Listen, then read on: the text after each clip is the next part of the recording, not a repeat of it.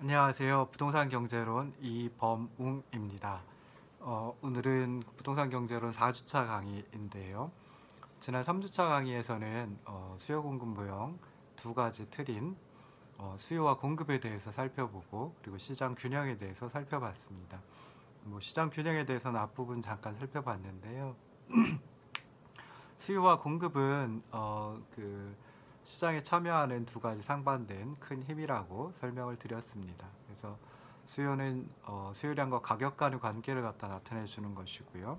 공급은 공급량과 가격의 관계를 나타내 주는 것이다 라고 생각을 하시면 좋을 듯 싶습니다. 그래서 수요량과 공급량에 대해서도 설명을 드렸고요. 그리고 수요량에 영향을 미치는 변수들, 공급량에 영향을 미치는 변수들 설명드렸습니다. 그리고 가격 이외의 변수들이 수요량과 공급량에 영향을 미치는데요.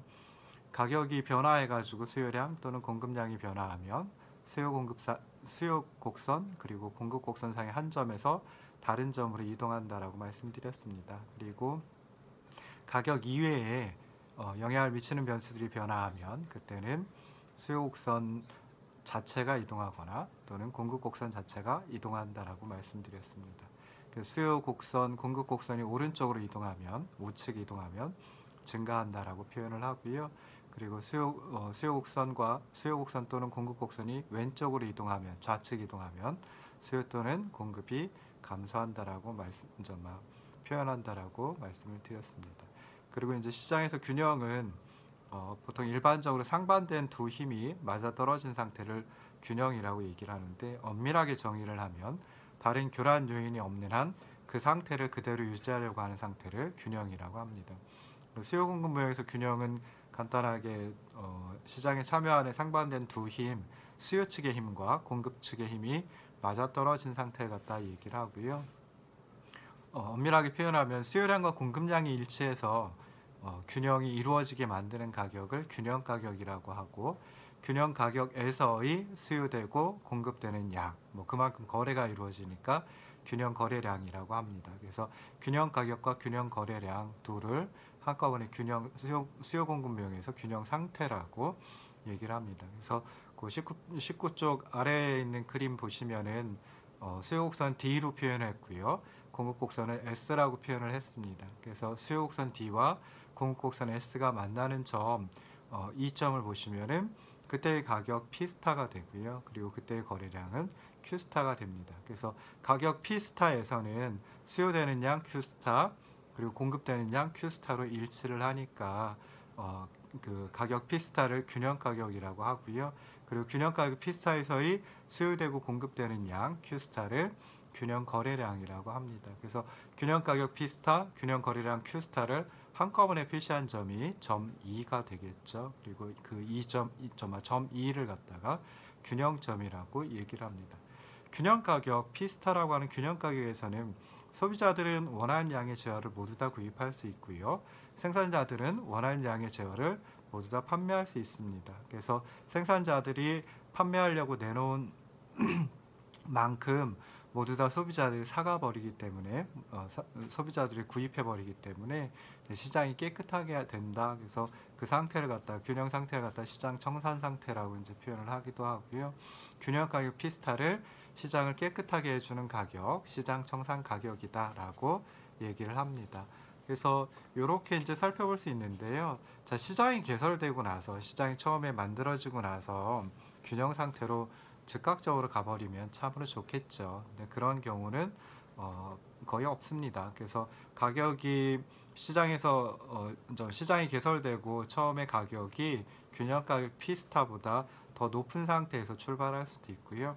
균형 가격 P스타보다 더 낮은 가격에서 출발을 할 수도 있습니다. 일단은 시장에서 형성된 가격이 균형 가격 P스타보다 더 높은 P1이라고 한번 해보자고요. 그럼 P1의 가격에서 쭉 오른쪽으로 수평선을 쭉 따라가 가지고 수요 곡선과 만나는 그 점에 대응하는 수량이 QD1이죠. 그래서 이게 가격 P1일 때의 수요량이 됩니다. 그래서 가격 P1일 때 수요량은 QD1이라고 할 수 있고요.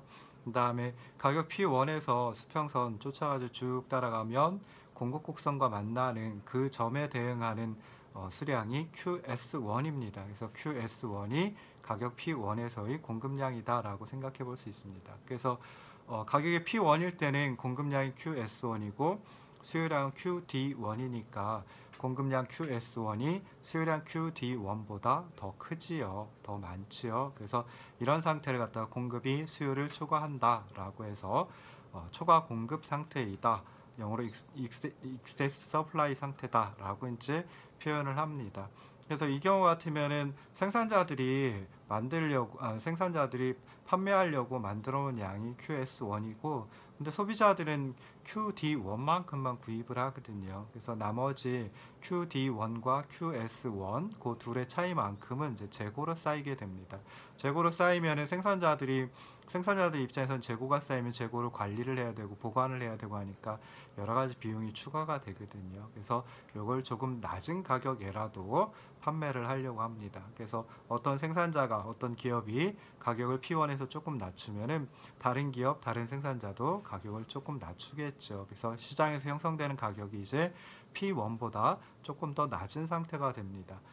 그래도 여전히 P스타 균형 가격보다 더 높다라고 하면 여전히 초과 공급 상태가 되고 재고가 쌓이게 되겠죠. 그래서 그 재고를 또 없애기 위해서 가격을 더 낮춥니다. 가격을 낮추고 하다가 균형 가격 P스타까지 가게 된다라고 하면 이제 더 이상 초과 공급 상태가 아닌 게 돼버리고요. 그러면은 재고도 없어지죠. 그러면은 생산자들, 기업들이 가격을 더 낮출 이유가 없어집니다. 그래서 균형 가격 P스타에 도달한다라고 하면 이제 더 이상 가격이 낮아지지 않으니까 그 상태에서 그대로 있게 되는 거죠. 만약에 가격이 처음에 시장이 개설되고 나서 처음에 형성된 가격이 균형 가격 P스타보다 더 낮은 수준 P2다라고 하면 P2에서 수평선을 따라가서 보면 수요 곡선과 만나는 그 점에 대응하는 수량이 QD2입니다. 그러니까 가격 P2에서는 수요량이 QD2이다 라고 생각해 볼 수 있고요. 가격 P2에서 공급량은 P2에서 쭉 오른쪽으로 수평선으로 따라가지고 공급 곡선과 만나는 점에 대응하는 QS2가 이제 공급량이 돼버립니다. 그래서 가격 P2에서는 수요량이 QD2이고요.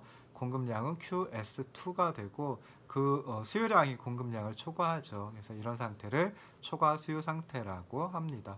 초과 수요 상태는 결국은 생산자들, 기업들이 판매하려고 만들어 놓은 양이 QS2만큼인데 그런데 개인들이 구입하려고 하는 양은 QD2가 되죠. 그래서 QD2와 QS2만큼 살려고 해도 살 수가 없는 그런 상태가 돼버립니다.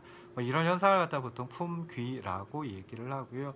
품귀가 발생을 하면 소비자들이 이제 생산자들에게 가격을 조금씩 더 높게 지불을 하려고 합니다. 그래서 가격을 조금 더 높게 P2보다 높게 지불할 터이니 나에게 하나만 더 팔아다오. 이런 식으로 이제 하겠죠. 그러다 보면은 시장에서 형성된 가격이 P2보다 조금 더 높아지게 됩니다. 그래서 이런 P2보다 조금 더 높아져도 P스타라고 하는 균형 가격보다 아래이다라고 하면 낮다라고 하면 그때는 초과 수요 상태가 여전하고요. 품귀 현상이 여전히 발생을 합니다.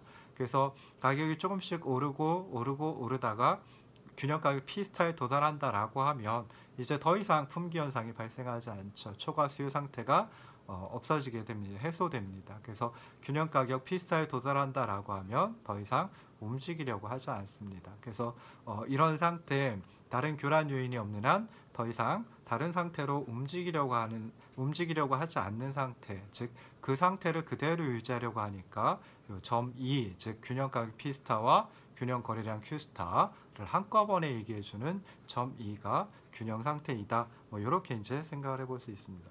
20쪽 강의 한 20쪽 중간쯤을 보면은 이제 수요 공급 모형을 함수식으로다가 이제 써놨습니다. 함수라고 하면 상당히 이제 어렵게들 생각을 하는데요. 어렵게 생각하지 마시고요.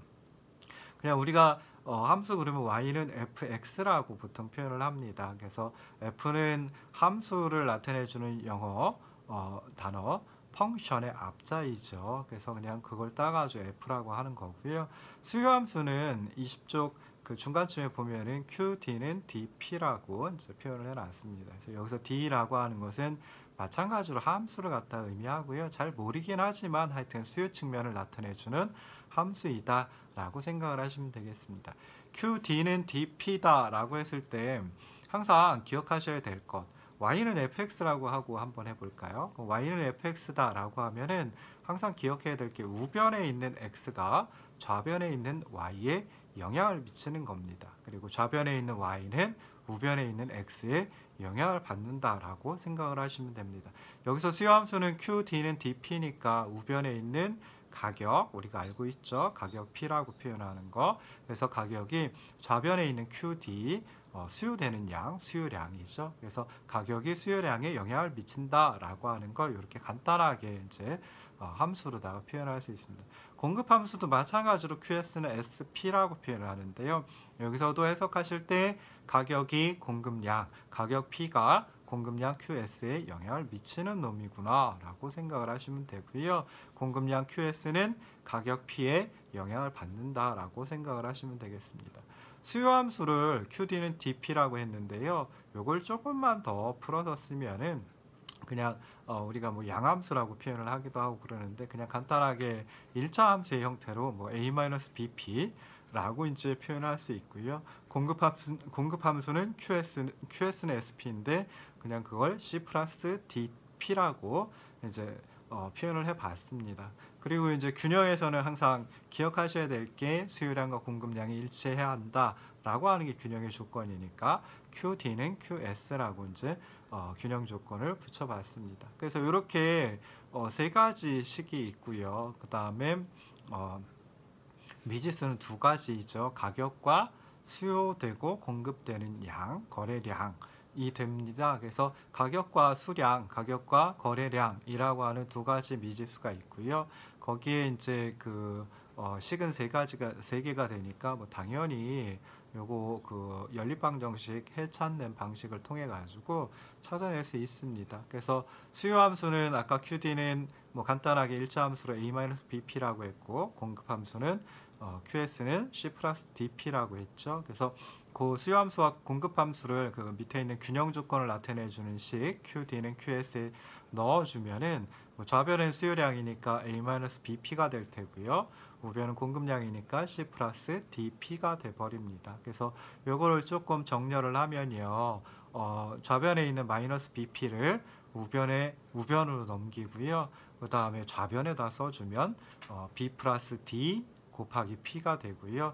그 다음에 우변에 있던 C를 좌변으로 넘기고 우변에 써주면 A-C가 됩니다. 그래서 균형 가격 P스타는 A-C 오버 B 플러스 D 또는 뭐 B 플러스 D분의 A-C이다 라고 할 수 있고요. 균형 거래량은 뭐 그대로 균형 가격 P스타 좀 전에 찾아낸 거를 수요함수든 공급함수든 나타내주는 식에다 넣어주면 됩니다. 그래서 찾아보면은 뭐 균형 거래량 Q스타는 A-B 곱하기 A-C 오버 나누기 B 플러스 D가 되든지 또는 C 플러스 D 곱하기 A-C 오버 B 플러스 D가 되어버립니다. 그냥 예를 들어가지고 수요함수가 좀 더 정확하게 수요 공급함수가 좀 더 정확하게 주어져 있다라고 한번 해보자고요. 그래서 예를 들어 수요량 QD는 100-2P이고 그 다음에 공급량 QS는 20 플러스 3P이다 라고 예를 들어 보겠습니다. 그럼 균형 조건은 QD equal QS 수요량과 공급량이 일치하는 것이니까요. 수요량 첫 번째 식에서 100-2P라고 했고요. 그 다음에 공급량 QS는 20 플러스 3P라고 했으니까 이 둘이 일치하는 걸로 두고 계산을 하면 됩니다. 그래서 뭐 그 다음에는 이제 5P는 80이 되고요. 그래서 P스타 균형 가격은 16이 되고 그 다음에 균형 가격 16을 뭐 수요함수든 공급함수든 넣어주면은 Q스타는 68, 균형 거래량은 68개가 됩니다. 그래서 이렇게 해가지고 뭐 간단하게 함수식을 통해 가지고 이제 찾아내는 방법도 있습니다. 여기서 이제 수요함수 a-bp라고 이제 했는데요. 그리고 공급함수는 c 플러스 dp라고 얘기를 했죠. 그래서 여기서 수요함수의 상수항 그리고 공급함수를 나타내 주는 식의 상수항 c 해가지고 a나 c가 변화를 하면은 수요곡선이나 공급곡선이 평행 이동을 하게 됩니다. 그리고 수요함수의 가격 앞에 붙어 있는 개수 그리고 공급함수의 가격 앞에 있는 붙어 있는 개수 마이너스 b하고 플러스 d가 되죠. 그래서 여기에 있는 b나 d가 변화하면 그때는 수요곡선이나 공급곡선이 회전 이동을 하게 되고요. 결국 A, B, C, D 중에 하나만 변화를 하게 되면은 그때 균형점이 균형 상태가 변화를 하게 됩니다. 그래서 그냥 이렇게 함수식 가지고 이제 표현을 해 봤는데요. 함수식 가지고 표현을 한 거에서도 기억하셔야 될 거, 수요량에 영향을 미치는 변수 중에 가격 말고 다른 놈이 움직이면 그때는 수요함수든 공급함수든 변화를 하게 된다. 그러면은 수요량과 공급량이 일치되는 균형 상태도 변화한다 라고 생각을 하시면 좋을 듯 싶습니다.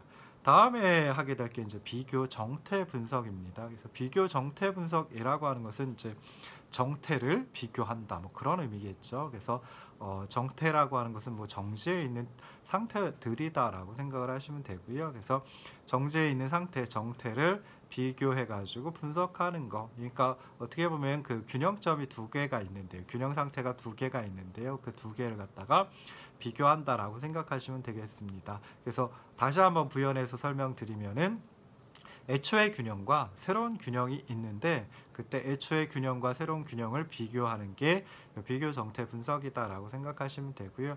아까 균형 상태 두 가지 조합이라고 말씀드렸죠. 균형 가격과 균형 거래량의 조합입니다. 그래서 균형 상태가 변화한다라고 하는 소리는 균형 가격도 변화하고 균형 거래량도 한꺼번에 변화한다라고 생각을 하시면 되고요. 그래서 비교 정태 분석의 답은 항상 어떻게 나오냐면은 균형 가격은 상승 또는 하락 또는 불변이고, 그리고 균형 거래량은 증가 또는 감소 또는 불변이다. 이런 식으로 이제 답이 나오게 됩니다. 그러면 생각해 보셔야 될 게 가격 이외의 변수가 변화를 한다. 수요량에 영향을 미치는 변수 중에도 가격 이외의 변수들이 꽤 있었고요. 뭐 소득, 소비자의 기호, 그 다음에 소비자의 수, 미래에 대한 기대, 뭐 이런 것들이 있고요. 그 다음에 공급량에 영향을 미치는 변수도 가격 말고 다른 것들이 있었죠. 그래서 생산 요소의 가격, 기술, 그리고 미래에 대한 기대, 생산자, 즉 기업의 수, 이런 것들이 이제 공급량에 영향을 미칩니다. 그래서 가격 이외에 수요량 또는 공급량에 영향을 미치는 변수가 변화한다라고 하면 그때는 수요 곡선 또는 공급 곡선이 이동을 합니다. 즉 수요 또는 공급이 변화를 하게 됩니다. 그럼 그거에 따라서 균형도 이제 변화를 하는데요. 이렇게 애초의 균형과 새로운 균형을 비교하는 것을 비교 정태 분석이라고 이제 생각하시면 되겠습니다. 비교 정태 분석은 3단계에 걸쳐 가지고 분석을 하면 참 편하고 틀릴 가능성이 매우 적어집니다. 그래서 첫 번째 단계에서는 사건이나 정책이 어느 측면에 영향을 미치는지, 수요 측면에 영향을 미치는지, 그리고 공급 측면에 영향을 미치는지, 또는 수요와 공급 모두 영향을 미치는지를 확인하는 단계입니다. 두 번째 단계에서는 수요와 공급이 수요 또는 공급 또는 수요와 공급이 변화한다라고 하면 그 변화하는 방향을 확인하는 게, 판정하는 게 두 번째 단계입니다. 그리고 마지막 세 번째 단계에서 균형이 어떻게 변화했는지, 균형 가격과 균형 거래량이 어떻게 변화했는지 분석하는 게 세 번째 단계입니다. 다시 정리해서 말씀드리면 첫 번째 단계는 사건 또는 정책이 영향을 미치는 측면, 수요냐 공급이냐 또는 수요와 공급 모두냐를 갖다 확인하는 게 첫 번째 단계이고요. 두 번째 단계에선 수요 공급의 변화 방향을 확인하는 것, 판정하는 단계이고, 그다음에 세 번째 단계에서는 균형의 변화를 분석하는 게 이제 비교 정태 분석 또는 균형 분석의 3단계 방법이다라고 생각을 하시면 좋을 듯 싶습니다. 첫 번째 예는 수요의 변화입니다. 그래서 예를 들어 어떤 도시의 인구가 증가하면 당연히 그 도시의 주택에 대한 수요가 증가를 하고요. 그럼 수요 곡선이 우측으로 이동을 하게 됩니다. 그 도시의 주택 시장에서 수요 곡선이 우측으로 이동합니다. 그래서 이렇게 해가지고 뭐 그냥 한꺼번에 그 저기 막 첫 번째 단계하고 두 번째 단계를 저는 같이 했습니다. 근데 여러분들 생각하실 때는 첫 번째 단계하고 두 번째 단계를 나누어서 생각하시면 좋거든요. 그래서 도시의 인구가 증가한다. 그럼 주택 시장에 어떤 측면에 영향을 미칠까? 그러면 인구가 증가하면은 사람들이 늘어나니까 또는 가구가 늘어나니까 그만큼 더 많은 주택을 필요로 하겠지. 그럼 수요 측면에 영향을 미치는구나 라고 생각하시면 되고요. 이게 첫 번째 단계이고요. 그다음에 두 번째 단계에선 수요 측면에 영향을 미치는데 인구가 증가하면 수요량이 더 많아지겠구나. 다른 요인은 변화가 없는데 인구만 증가한다라고 하면 수요량이 더 커지니까 수요 곡선이 오른쪽으로 이동하겠구나. 즉 수요가 증가하겠구나라고 이제 생각을 해볼 수 있습니다. 그래서 그 다음 쪽에 있는 21쪽에 있는 그림을 보시면요. 수요 곡선이 D0에서 D1으로 이동을 하게 됩니다. 그리고 이제 세 번째 단계에서는 애초의 균형과 새로운 균형을 찾아내고요. 그 애초의 균형과 새로운 균형을 비교해 보시면 됩니다. 그래서 애초의 균형은 애초의 수요 곡선 D0와 공급 곡선 S가 만나는 점 E0점이 애초의 균형점이고요. 그 다음에 새로운 균형은 새로운 수요 곡선 D1과 그리고 공급 곡선 S가 만나는 이 원점이 새로운 균형점입니다. 그러니까 균형은 E0에서 E1으로 균형 상태가 변화한다 라고 생각해 볼 수 있습니다. 그러면 가격은 어떻게 됐을까요? 균형 가격은 P0에서 P1으로 상승을 하고요. 그 다음에 균형 거래량은 Q0에서 Q1으로 증가를 합니다. 그래서 이와 같이 수요가 증가한다 라고 하면 그때는 균형이 변화를 하는데 그러면은 균형 가격은 상승하고 균형 거래량은 증가한다라고 하는 답을 찾아낼 수가 있습니다. 두 번째는 공급의 변화입니다. 그래서 주택 생산하는데 새로운 공법이 도입돼 가지고요. 생산 비용이 감소되는 경우를 예로 들었습니다. 그래서 생산 비용이 감소한다. 즉 다시 말해서 이제 그 생산 요소의 가격이 낮아진다라고 하는 것하고 마찬가지가 되죠. 그래서 생산 비용이 감소하면 어느 쪽에 영향을 미칠까요? 수요와 공급 중에 공급 측면에 영향을 미칩니다. 그리고 다른 건 일정하다라고 두고 새로운 공법이 도입돼서 생산 비용이 감소하면 공급량이 더 늘어나기 마련이거든요. 그래서 주택 공급 곡선이 우측으로 이동한다. 공급이 증가한다라고 생각을 해볼 수 있습니다. 그래서 21쪽 아래쪽에 있는 그림 보시면은 공급이 증가한다. 공급 곡선이 오른쪽으로 이동한다라고 했으니까 공급 곡선이 애초에 S0였는데 오른쪽으로 이동해서 S1이 된다. 라고 생각을 해볼 수 있습니다. 그래서 이렇게 첫 번째, 두 번째 단계를 거쳤고요. 마지막 세 번째 단계에서 이제 균형을 찾아내시고 균형을 비교하면 됩니다. 그래서 애초의 균형은 애초의 공급 곡선 S0와 수요 곡선 D가 만나는 점 E0가 애초의 균형이 되고요. 그 다음에 새로운 균형은 변화 후, 그러니까 새로운 공급 곡선 S1과 수요 곡선 D가 만나는 이 원점이 새로운 균형점이 됩니다. 그래서 균형은 E0에서 E1으로 변화를 했고요. 그때 균형 가격은 P0에서 P1으로 하락하고 그리고 균형 거래량은 Q0에서 Q1으로 증가한다 라고 답을 하시면 되겠습니다. 그래서 이런 경우처럼 어떤 시장에 공급을 증가시킨다 라고 하면 그러면은 그때는 균형 가격이 하락하고요. 균형 거래량은 증가하는 이런 결과를 찾아낼 수 있습니다. 그래서 이렇게 보시면은 제가 설명드리는 것 중에 보통 이제 하첨자 아래첨자로 제로를 붙인 거는 애초의 것이고요. 그다음 원을 갖다가 아래첨자로 붙인 거는 새로운 이라고 이제 해석을 하시면 될 듯 싶습니다. 그래서 S0는 변화 전 애초의 것이라고 생각하시고 그다음에 좀 아래 첨자가 원이 붙는다라고 하면 그때는 새로운 또는 변화 후 것이다라고 이렇게 생각하시고 그래프를 그려보시면은 조금 틀릴 가능성이 줄어듭니다. 그래서 뭐 경제학은 수학은 아니지만 수학 공부하실 때 뭐 여러 가지 뭐 중요한 게 있죠. 근데 아무래도 안 틀리는 게 정답을 맞추는 거기 때문에 틀릴 가능성을 줄이면서 하는 게 훨씬 더 바람직합니다. 그래서 이렇게 해가지고 정말 균형 분석까지 이제 한번 살펴봤는데요.